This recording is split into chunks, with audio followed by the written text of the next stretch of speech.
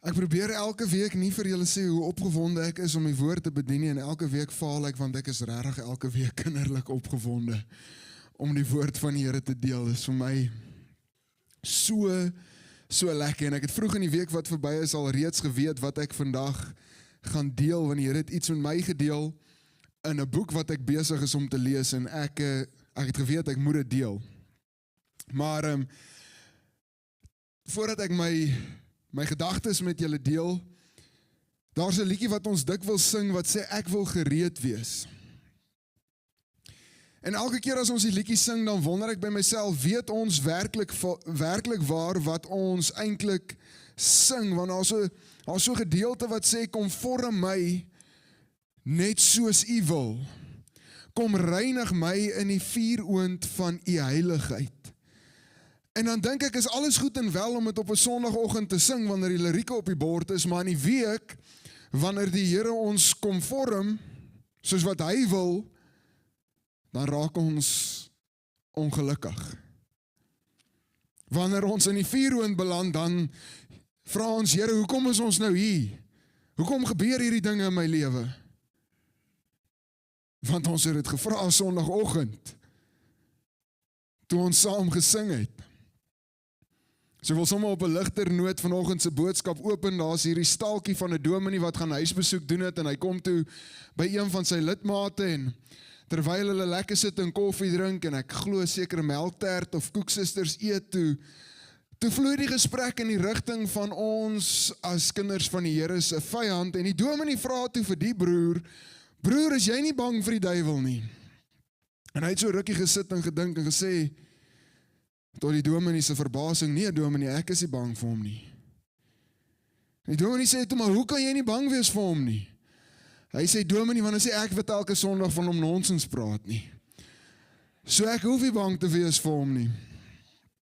Die probleem is, familie, en dit was vir my hierdie week so groot. Die eerste gevaar wat ons aantref in die woord van God, vind ons in 1 Petrus 5, vers 8, wanneer Petrus sê, wees nugter en waaksaam, want julle teestander, die duiwel, loop rond soos 'n brullende leeu en soek wie hy kan verslind. Hom moet julle teestaan, standvastig in die geloof, omdat julle weet dat dieselfde lyding opgelê word aan julle broederskap wat in die wêreld is. Familie, die eerste vraag wat ek vanoggend het, is jou beskouing of verstaan van ons vyand wêreldse beskouing, waar ons soos daardie broer kan sê, ek is nie bang vir hom nie, want ek praat nie nonsens van hom nie. Of is ons deur die skrif wel bewus dat ons 'n teestander het? Petrus sê dit vir ons. Een wat rondloop soos 'n brullende leeu, wat kyk wie hy kan verslind. En so vanoggend wil ek vir 'n oomblik stil staan by dit. Die eerste ding wat ons moet besef is, en ek wil uitbrei op dit, die vyand loop rond soos 'n brullende leeu. Hy kyk wie hy kan verslind. En as jy 'n kind van die Here is, julle gaan nie hou van wat ek sê nie, maar dan kom hy vir jou. Want jy maak hom ongemaklik. Ek wil byvoeg, side note, en ek het dit al dikwels gesê, ons kan wel nie die vyand blameer vir besluite wat ons in ons eie mag en krag neem, en dan werk dit nie uit nie. Maar ek wil hê ons moet vanoggend bewus wees dat ons 'n teestander het. Ons noem dit gevaar nommer 1. Wanneer ons dan verder in die woord van die Here beweeg in 1 Johannes 1 vers 8, sê die woord van die Here, as ons sê dat ons geen sonde het nie, mislei ons onsself, en die waarheid is nie in ons nie. As ons sonde bely, hy is getrou en regverdig, om ons die sondes te vergewe, en ons van alle ongeregtigheid te reinig. As ons sê dat ons nie gesondig het nie, dan maak ons hom tot 'n leienaar, en is sy woord nie in ons nie. Familie, hier is gevaar nommer 2. Eerstens, ons het 'n vyand wat rondloop soos 'n brullende leeu. Met wat die Engels sê, foul intent. Hy wil jou lewe verwoes. Hy wil kyk waar hy kan steel, waar hy kan verwoes, waar hy families uitmekaar uit kan ruk, waar hy onmin kan saai. Maar die tweede gevaar is, ek dink 'n groter vyand van ons, onsself. En so ter inleiding van hierdie boodskap vanoggend lees ek net weer vir ons 1 Johannes 1 vers 8, waar die woord van Here ons sê, as ons sê dat ons geen sonde het nie, mislei ons onsself en die waarheid is nie in ons nie. Familie, kom ons sluit ons oë, dan bid ons saam. Ons almagtige God en Hemelse Vader, Here, dankie dat wanneer ons gekonfronteer word met hierdie gevare in die lewe, Here, ons kan besef dat U ons nie alleen in hierdie wêreld los nie, maar dat U Heilige Gees gestuur het om ons te lei, om ons te leer, om ons in U weë te onderrig, sodat ons in verhouding met U kan staan. Heilige Gees, ons wil vir U dankie sê, vir U getrouheid, Here, U geduld met elkeen van ons, Here, U net absolute vasberadenheid, Here, om te klop en te klop aan die deure van ons hart, sonder ophou. Here, ons nooi U vanoggend in hierdie diens in, mag ons hartsdeure oopstaan vir U woord, vir U lering, vir die manier waarin U ons wil onderrig, en mag hierdie woord ons nader aan U bring, Here, sodat ons net in U teenwoordigheid kan bly, Here, maak nie saak waar ons beweeg nie, want ons dien die God wat alomteenwoordig is. Here, seën U woord in ons harte en in ons gedagtes vanoggend. Here, mag ons dit nie net memoriseer sodat ons dit in hierdie week kan opsê vir ons vriende en familie nie. Mag ons dit deel van ons lewens maak sodat ons dit kan uitleef in die wêreld om ons. Here, ons bid hierdie dinge nie omdat ons dit verdien nie, want ons kan dit nie verdien nie. Maar in die spasie wat gekoop is deur U diersame genade aan Golgotha. En ons dank U daarvoor in Jesus naam. Amen. Familie, vanoggend se boodskap maak my verskriklik opgewonde, want ek het nooit so aan dit gedink nie. Die kruks van hierdie twee skrifgedeeltes wat ek voorgehou het alreeds vanoggend ter inleiding is, en ek haal aan, nobody plans to mess up their lives. The problem is, they don't plan not to. Ek wil dit weer vanoggend vir ons lees. Nobody plans to mess up their lives, but the problem is, they don't plan not to. Familie, so die gedagte is, niemand word een oggend wakker en dink, ek wil my lewe verwoes nie. Niemand staan op en dink, ek gaan trou sodat ek 'n paar jaar later weer kan skei nie. Niemand staan op en dink, nou gaan ek wil vandag val vir een of ander verslawing nie. Maar die probleem is dikwels dat ons as kinders van die Here nie beplan hoe om dit nie te doen nie. So dit wat Johannes vir ons sê is, wanneer ons vir onsself sê, ons het geen sonde nie, dan mislei ons onsself. Dan word ons eie grootste vyand. Vanoggend wil ek iets deel. Wanneer ons as kinders van die Here transparant voor God kan kom staan en voor ons medegelowiges en kan erken ek is nie volmaak nie, daar is goed waarmee ek worstel, dan is die genade van Jesus Christus vir ons genoeg dat ons in voortdurende heiligmaking kan beweeg deur die leiding van die Heilige Gees en meer soos Jesus kan word. Hierdie is so bietjie countercultural, ek dink nie daar is so 'n Afrikaanse woord nie. Maar wanneer iemand vandag vir my sê, Franco, ek is gereed, ek weet ek sal versoekings kan teëstaan, dan wil ek vir jou sê, is jy op die gevaarlikste plek wat jy kan wees. Sodra jy dink jy sterk genoeg om die versoekings van ons teestander te kan weerstaan in jou eie mag en krag, het ek nuus vir jou. Jy is nie naby so sterk soos wat jy dink nie. En so met dit in gedagte, eerste gevaar is ons vyand wat rondloop soos 'n brullende leeu. Kyk waar hy amok kan maak en ek herhaal dit want ek het ook raak gelees, dit vat so min of meer 16 repetisies van 'n gedagte voordat ons regtig begin dit inneem. So dis nou eers 2. Hy kom vir jou.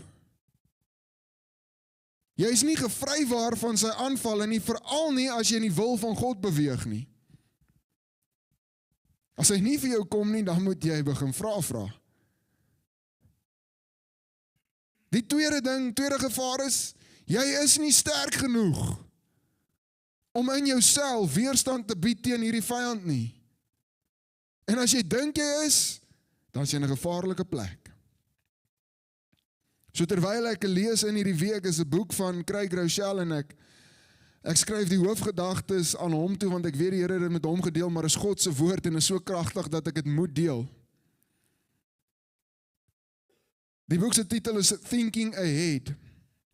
En so terug by die gedagte, ons beplan nooit om ons lewe te verwoes nie, maar ons beplan ook nie regtig hoe om dit nie te doen nie.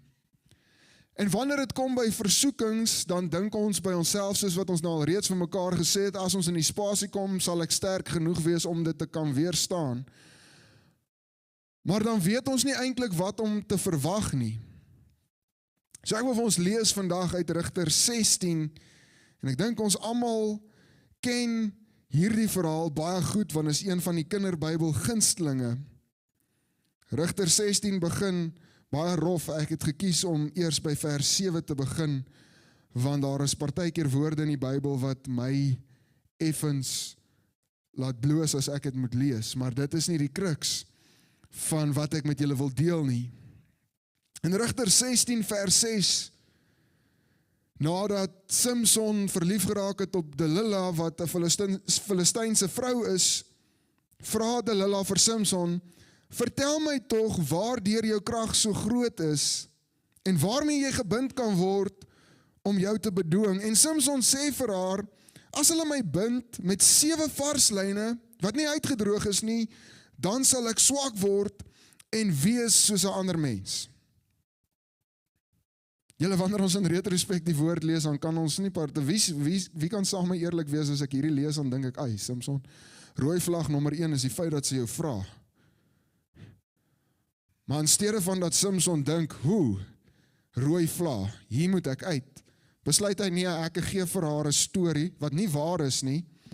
Wat doen Delila? Sy laat weer die Filistyne bind hom met 7 varslyne, hulle bind hom terwyl hy slaap, hy word wakker, surprise, surprise, slaan die Filistyne wild en wakker, en Delila is baie kwaad vir hom. Woedend. Vers 10. Toe sê Delila vir Samson, kyk, jy het my bedrieg en vir my leuns vertel. Vertel my nou tog waarmee jy gebind kan word. Ai, Samson. Sy het gedoen wat jy die eerste keer gesê het en die tweede keer besluit jy nie 'n goeie idee.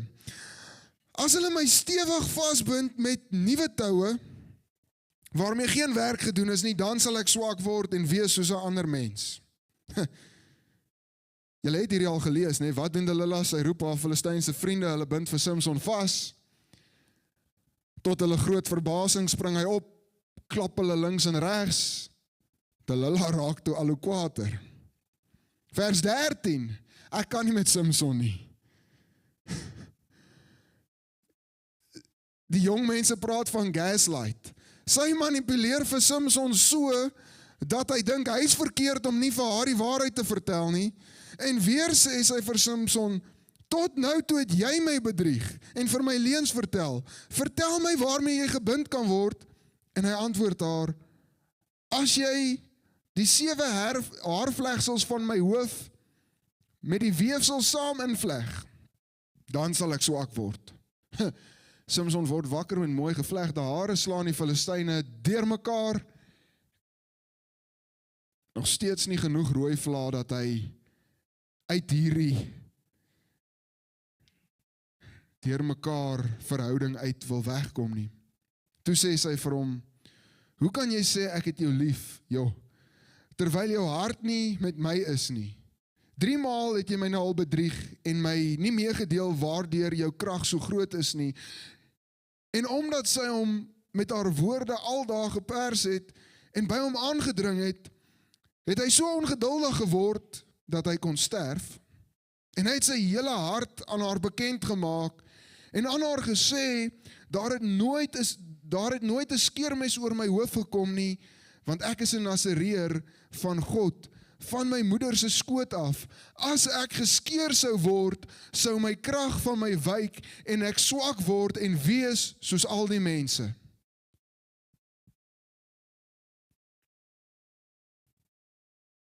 Hartseer verhaal, maar hy het nie daai oggend wakker geword en die Filistyne pak slaag gegee nie. Hulle het hom gevange geneem, sy oë uitgesteek. 'n Bespotting van een van die Bybelhelde gemaak voor die Filistynse ryk. Kom vertel ek hierdie verhaal vanoggend vir julle.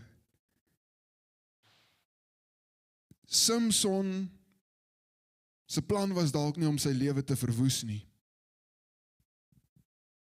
Maar hy het nie beplan om dit nie te doen nie. En so die eerste ding, die hare sny is later, heel wat later in 'n disfunksionele verhouding wat, vol rooi vlaas, daar's nie eers 'n groen vlag nie. Maar dit was teen God se wil vir 'n Jood om met 'n Filistyn te trou in die eerste plek. So die gedagte wat ek deur Samson se lewe met julle wil deel is gedagte nommer 1. Skuif die lyn. As ons weet dat ons nie volmaak is nie, en ons weet dat die vyand vir ons kom, met versoeking, skuif die lyn. Kom ek gee vir julle 'n praktiese voorbeeld in my eie lewe. As ek in 'n komiekboekwinkel kom, die wat nog nie by my kom koffie drink het, ek like daai Funko Pops, dis sulke collectible mannetjies, baie eintlik seker stupid, maar as ek in 'n winkel kom en daar's een wat vir my, wat in my collection inpas en waarvan ek hou, dan is die kans dat ek dit gaan koop baie groot. So as ek sê skuif die lyn, wat bedoel ek? As ek weet, ek gaan 'n impulse buy doen as ek in die winkel is, moenie in die winkel ingaan nie. Skuif die lyn. As jy weet dat jy mens is en gaan val vir die versoeking van 'n Filistynse vrou, moenie met haar uitgaan of trou of haar vertel hoe om jou hare te vleg nie. Skuif die lyn. Sodat die lyn so ver is dat jy nie die moontlikheid loop om te val nie. Dit verg egter dat ons so eerlik met onsself moet wees om te kan herken waar is die swakpunte in ons lewe.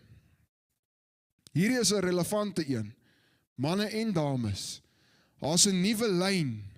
So gewoonlik moes jy winkel toe ry en op pad soontoe dan contemplate jy, moet ek koop wat ek gaan koop, en teen die tyd wat jy daar kom, dan dink jy nee, ek het dit nie regtig nodig nie, dan los jy dit en jy koop net die nodige.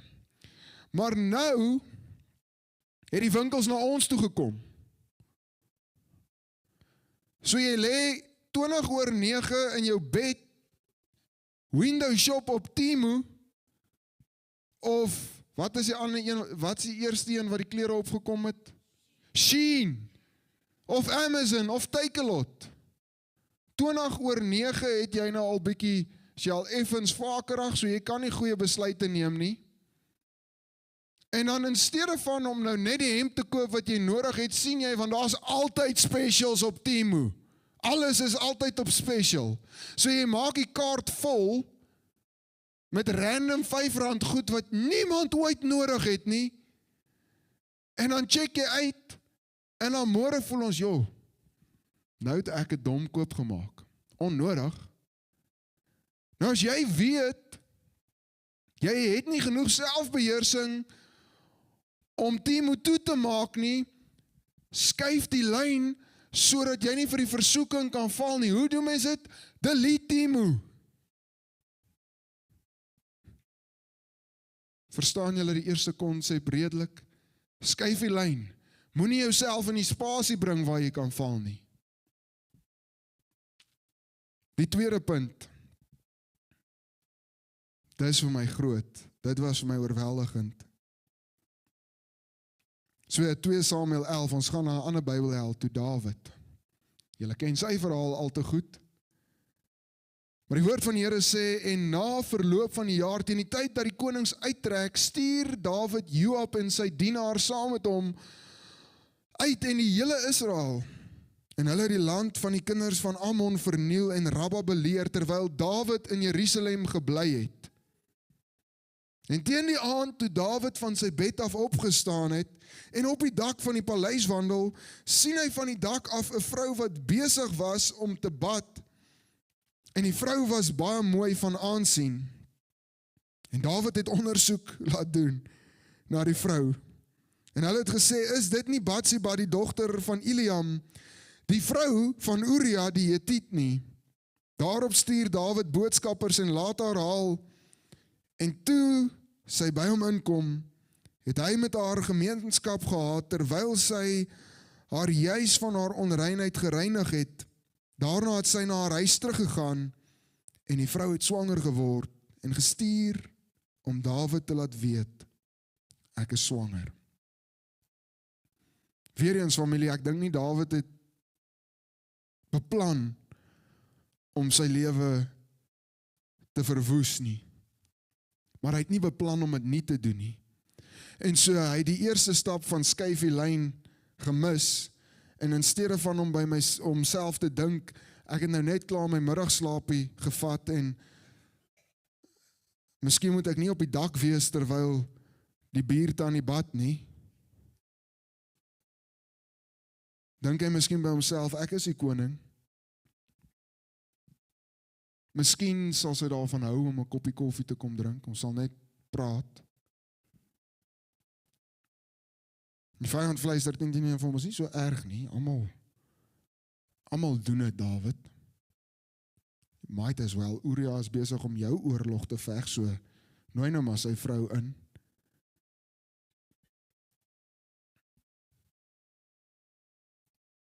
Die tweede punt wat ek wil maak as dit kom by die aanvalle van die vyand, is vergroot die koste. Want ek wil vandag 'n waarborg op dit sit, die vyand maak altyd die koste van sy versoeking kleiner as wat dit werklik waar is. Dit is nie so erg nie. Almal doen dit. Probeer dit net een keer. Kom ek gee julle 'n voorbeeld uit Dawid se verhaal uit. As Dawid die koste bereken het en dit vergroot het, dan sou hy dalk by homself gedink het, nee Dawid, hierdie aksie sal God se hart breek. Dawid, jy is die koning. En dit waaraan jy dink sal maak, dat jy al jou kredietwaardigheid verloor. Miskien word Batsheba swanger. Miskien gaan die kindjie dood. Dawid, wat as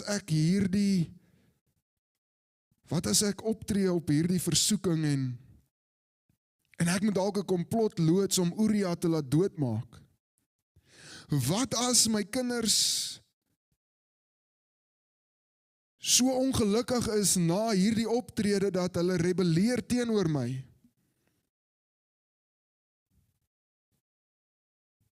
Hierdie is een wat Dawid nie aan gedink het nie.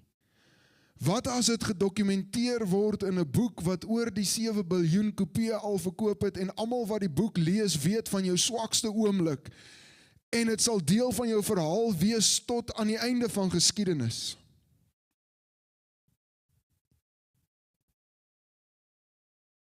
Dink julle as mens daai koste bereken en as Dawid dit gedoen het daar op die dak, sou hy nie dalk by homself gedink het, joh, die prys is te groot.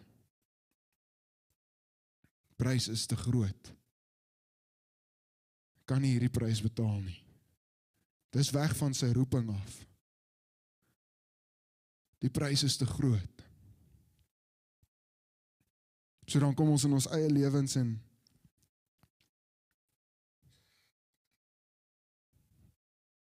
ons dink, nee, maar dit is nie so erg nie. Ek vat praktiese voorbeelde vandag sodat ons kan met mekaar relate. 3 suiker in my koffie, almal drink suiker in hulle koffie. Dis nou 'n simpel voorbeeld, maar dit is relevant. Bereken die prys.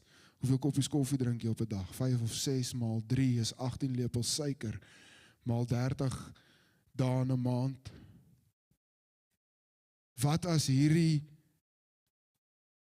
gewoonte in my lewe se koste so groot is dat ek die een of ander gesondheidskwessie kry in my 40's en dit dalk maak dat ek vroeër doodgaan en my man of vrou agterlaat, my kinders wees, my liggaam as tempel kan nie funksioneer om die roeping wat God my mee geroep het uit te leef nie. So in die oomblik lyk dit soos iets kleins.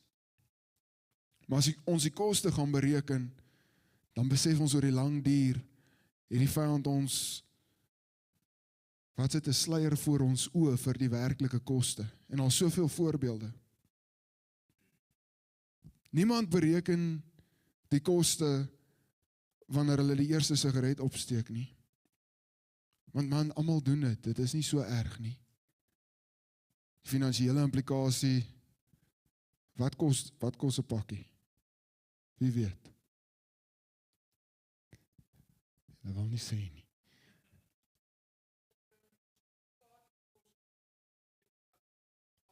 R75 maal met, ek dink dis voor die brandstofverhoging seker, dit klink nie vir my reg nie. Tel dit op oor die verloop van jou leeftyd. Kon jy amper 'n kar gekoop het, en ek weet hulle sê gewoonlik, waar is jou kar? Maar dan saam met dit, loop jy die gevaar om uiteindelik iewers in jou lewe longkanker te kry. Ander gesondheidskwessies, weer eens, magnify the cost, vergroot die koste. Ek sal weet, as jy die koste vergroot, dan sal jy dink, nee, broers, doen julle dit, maar ek gaan nie hierdie prys betaal nie. So, punt nommer 1, skuif die lyn, moenie in die spasie kom nie. Punt nommer 2, vergroot die koste, want as ons die koste bereken in 'n oortreffende trap, dan gaan ons sê, nee, kom ons eerder dit nie doen nie. En dan partykeer familie, as ons eerlik met mekaar moet wees, al beplan jy vooraf, kan jy in 'n situasie kom wat jy nog nooit mee gekonfronteer was nie, en dis punt nommer 3. So ek lees vir ons uit Genesis 39 vers 6. En hy het alles wat syne was aan Josef oorgelaat, sodat hy met sy hulp van niks kennis geneem het nie, as net van die brood wat hy geëet het. En Josef was skoon van gestalte en mooi van aansien. Na hierdie dinge het die vrou van sy heer haar oë na Josef opgeslaan en gesê, sy was nie eers Batseba nie, hierdie was soos 'n direct approach. Kom hou gemeenskap met my Josef, maar hy het geweier. En aan die vrou van sy heer gesê, kyk, deur my is dit dat my heer geen kennis neem van wat in die huis is nie, en alles wat syne is, het hy aan my oorgegee. Hy is in hierdie huis nie groter as ek nie, en het my niks onthou nie behalwe u, omdat u sy vrou is. Hoe kan ek dan hierdie groot kwaad doen en sondig teen God? En nadat sy met Josef mooi dag na dag gespreek het, en hy na haar nie wou luister om by haar te lê, om met haar gemeenskap te hou nie, kom hy eendag in die huis om sy werk te doen, en terwyl niemand van die huisgenote binne was nie, hierdie tannie was regtig amper soos Delilah. Josef het gesê, nee, ek gaan nie. Toe gryp sy hom aan sy kleed en sê, kom, hou gemeenskap met my. Hartseer einde van Josef verhaal, hy het toe nou maar gedink, nou het sy my, wat kan ek doen? Ek moet nou maar ingee. Nee!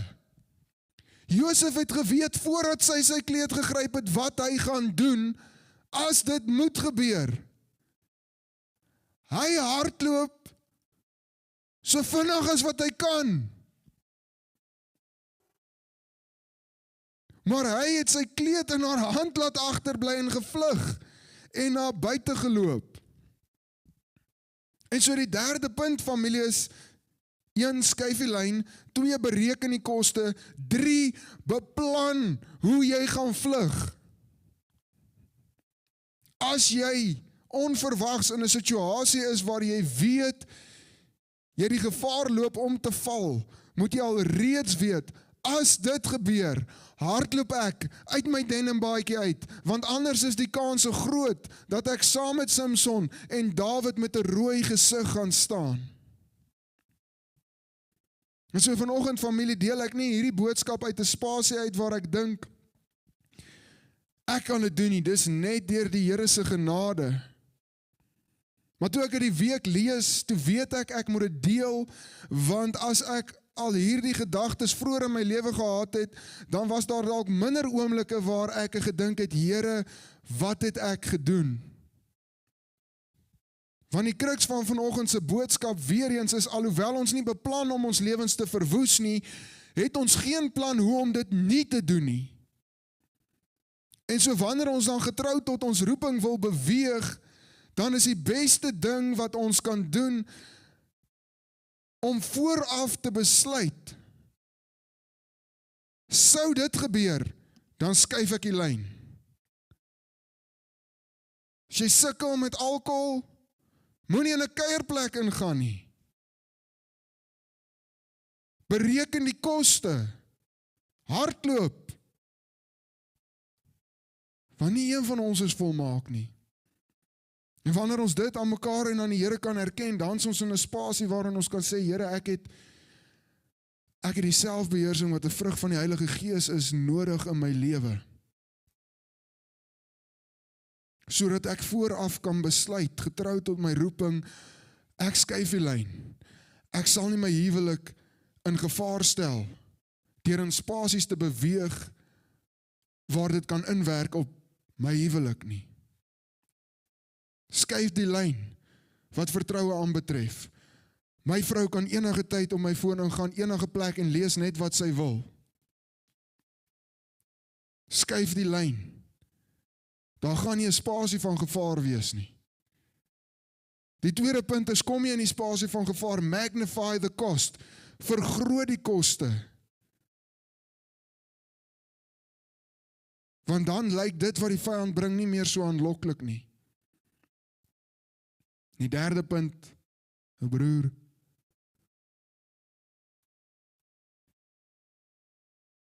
hardloop. Daar sekere sondes in die Bybel wat die Here nie sê veg hierdie sonde nie, hy sê hardloop.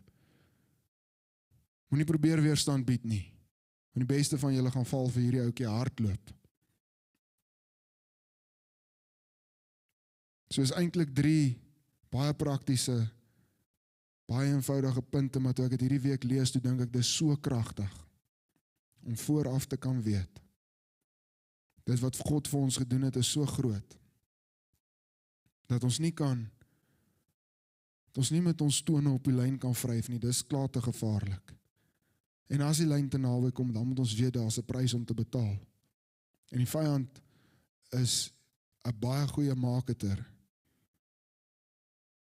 Hy laat vir jou daai produk so goed lyk soos 'n YouTube advertensie. Maar as hy jou eers het, dan is die koste so groot. It's hell to play om weer daar uit te kom. En dan die derde een is soos Josef. Julle weet, Josef het nie in daai oomblik, toe sy hom gryp aan die kleed. Josef het nie daar gedink, wat doen ek nou nie? Eers gestaan, laat sy hom ronddruk en pluk nie. Hy moes vooraf geweet het, as dit gebeur, daar is die deur, dan hardloop ek. So ons moet in ons eie lewens gaan en eerlik met onsself en met die Here kan wees en sê, Franco, as jy per ongeluk in 'n comic book store op eindig hardloop voordat jy eers na die rak kyk.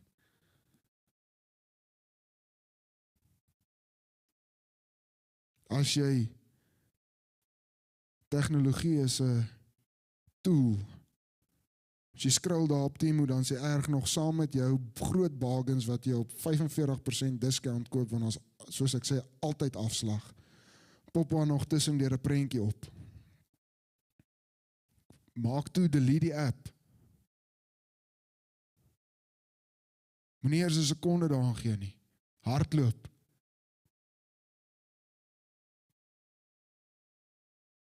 Want die prys wat God vir ons betaal het is so groot,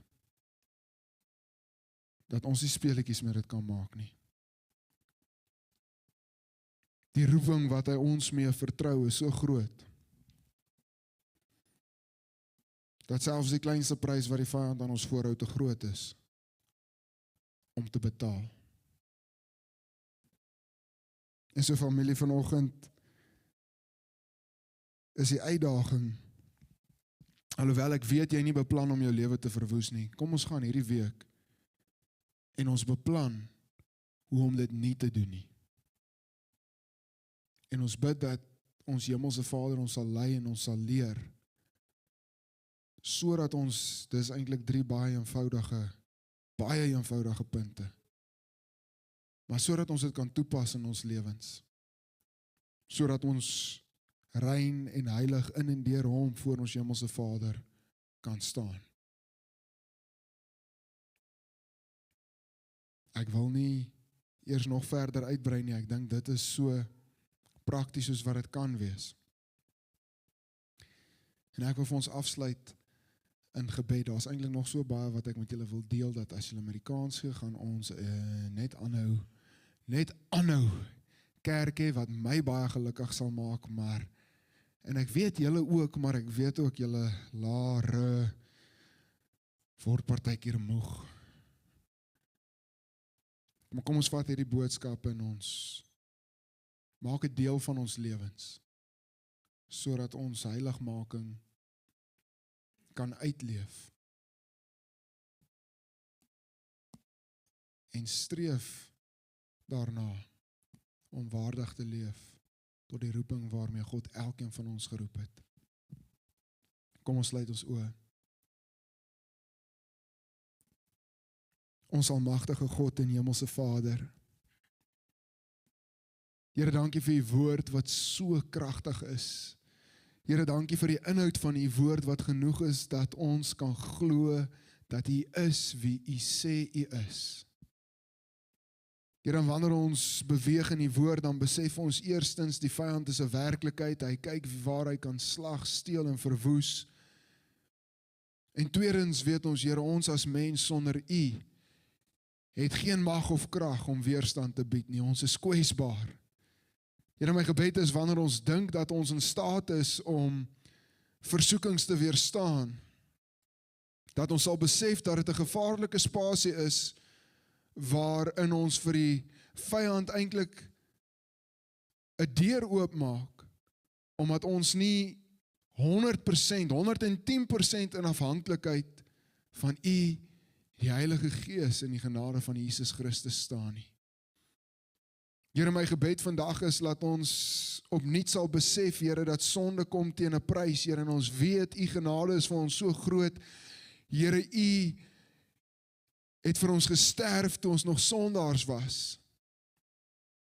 Here, my gebed is dat elkeen vandag sal weet, hierdie is nie 'n boodskap van oordeel nie, Here, maar 'n boodskap van lering, sodat ons kan weet waarteen om te waak in ons lewens, sodat ons verhouding met u so sterk kan wees, Here, dat ons weet, dit is net deur die krag van U Heilige Gees.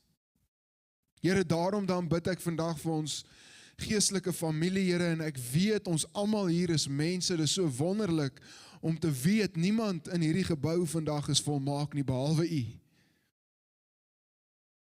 Here, en is my gebed as daar van ons familie is wat dalk oningelig was rondom skuif die lyn, bereken die koste, hardloop jou bene af, en dalk geval het vir die vyand se slim bemarkingsplanne. Here, wat op hierdie oomblik worstel met die omvang en die prys van sonde in hulle lewens. Here, is my gebed vandag dat hulle eerste sal hardloop na die kruis van Jesus Christus toe, om te weet, U roep ons uit U duisternis in die wonderbare lig in. Here, en U het al voordat ons bestaan het geweet dat ons gaan faal, Here, daarom bid ek vir ons familie wat dalk nou vandag in hierdie gebou sit en dink aan 'n lys van goed wat maak dat hulle so skuldig voel. Here, is my gebed dat U hulle vandag deur die krag van die Heilige Gees sal herinner wanneer die genade van Jesus Christus in die vertrek inkom, dan is daar geen krag in wat die vyand sê nie. Here, en maak U ons vry van sonde. Here, maak U ons vry van die oordeel. Koop U ons deur U bloed, sodat ons diergewaste kinders van die koning kan wees. Here, my gebed vandag is as U so van ons familie is wat worstel, dat U hulle sal help om 'n uitweg te kry, om te hardloop soos Josef, om te kies vooraf wanneer ek in hierdie situasie kom, gaan ek nie val vir die vyand se planne nie, ek gaan hardloop, want ek wil nie God teleurstel nie, ek wil nie die mense om my teleurstel nie, ek wil waardig wees aan die roeping waarmee ek geroep is. I want to walk the talk, ek wil nie vir mense sê hoe om te leef nie, ek wil deur die krag van die Heilige Gees vir hulle wys wat dit is om 'n kind van die koning te wees.